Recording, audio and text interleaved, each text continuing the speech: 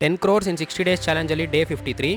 ಒಂದು property registration ಮಾಡ್ಕೊಳ್ಬೇಕಂದ್ರೆ end to end ಎಷ್ಟು ಚಾರ್ಜಸ್ ಆಗುತ್ತೆ ಅನ್ನೋ ನಿಮ್ಮ ಡೌಟ್ಗೆ ಇವತ್ತು ನಾನು ಕ್ಲಾರಿಫೈ ಮಾಡ್ತೀನಿ. ವಿಡಿಯೋ ಎಂಡ್ವರೆಗೂ ನೋಡಿ. ಫಸ್ಟ್ ಸ್ಟೆಪ್ ಬಂದು ನೀವು ಪ್ರಾಪರ್ಟಿ ಫೈನಲೈಸ್ ಮಾಡಿದ್ಮೇಲೆ ನಿಮ್ಮ ಸೆಲ್ಲರ್ ಹತ್ರ ಒಂದು ಮ್ಯೂಚುವಲ್ ಅಂಡರ್ಸ್ಟ್ಯಾಂಡಿಂಗಿಗೆ ಒಂದು sale agreement ಮಾಡ್ಕೊತೀರಾ.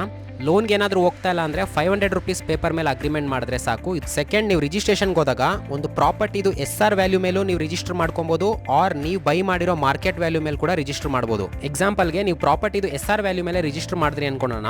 2000 rupees SR value ಇತ್ತಂದ್ರೆ 1200 ಸ್ಕ್ವೇರ್ ಫೀಟ್ ಪ್ಲಾಟ್ ಏರಿಯಾ ತಗೊಂತಾ ಇದ್ರೆ 24 lakh rupees ನಿಮ್ಮ SR ವ್ಯಾಲ್ಯೂ ಆಯಿತು. ಅದಕ್ಕೆ ನೀವು 7.65% ಸ್ಟ್ಯಾಂಪ್ ಡ್ಯೂಟಿ ಕಟ್ಟಿದಾಗ 1,83,600 rupees ಬಂದು ನೀವು ಖಜಾನೆ 2ಗೆ ನೀವು ಡೈರೆಕ್ಟ್ ಆನ್ಲೈನ್ ಪೇಮೆಂಟ್ ಮಾಡ್ತೀರಾ. ಇದು ನಿಮ್ಮ ಇನ್ನೊಂದು ಚಾರ್ಜ್. ಈಗ ಮಾರ್ಕೆಟ್ ವ್ಯಾಲ್ಯೂಗೆ ರಿಜಿಸ್ಟರ್ ಮಾಡಿದ್ರಿ ಅನ್ಕೊಳ್ಳೋಣ. ಮಾರ್ಕೆಟ್ ವ್ಯಾಲ್ಯೂ 5,000 rupees ಇತ್ತು ಅಂದರೆ 1200 ಸ್ಕ್ವೇರ್ ಫೀಟ್ ಪ್ಲಾಟ್ ಏರಿಯಾಗೆ 60 lakh rupees ನಿಮ್ಮ ಮಾರ್ಕೆಟ್ ವ್ಯಾಲ್ಯೂ ಆಯಿತು. ಈ ವ್ಯಾಲ್ಯೂ ನೀವು ಪೇಪರಲ್ಲಿ ಹಾಕಿ ರಿಜಿಸ್ಟರ್ ಮಾಡ್ತಾ ಇದ್ದಾಗ 4,59,000 rupees ನಿಮಗೆ ಸ್ಟ್ಯಾಂಪ್ ಡ್ಯೂಟಿ ಚಾರ್ಜಸ್ಸೇ ಬರುತ್ತೆ. ನೀವು ಈ ಥರ ರಿಜಿಸ್ಟರ್ ಮಾಡಿದಾಗ ನೀವು ನೋಟ್ ಮಾಡ್ಕೊಬೇಕಾಗಿರೋ ಇನ್ನೊಂದು ವಿಷಯ ಏನಂದರೆ, property value more than 50 lakh ಇದ್ದಾಗ 1% TDS ಮ್ಯಾಂಡೇಟ್ರಿ. ಅದು ನೀವು ಬೈಯರು ಸೆಲ್ಲರ್ ಪ್ಯಾನ್ ಕಾರ್ಡ್ ಮೇಲೆ ಪೇ ಮಾಡ್ತೀರಾ. ಸೆಲ್ಲರು ಇದು ಕಂಪ್ಲೀಟ್ ರಿಬೇಟ್ ತೊಗೊಳ್ಬೋದು ಅವ್ರ IT ಫೈಲ್ ಮಾಡಬೇಕಾದ್ರೆ.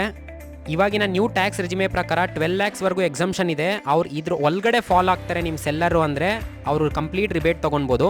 ನೋಡಿದ್ರಲ್ಲ, first sale agreement, second stamp duty charges 7.65% of paper value, third TDS if the property is more than 50 lakh.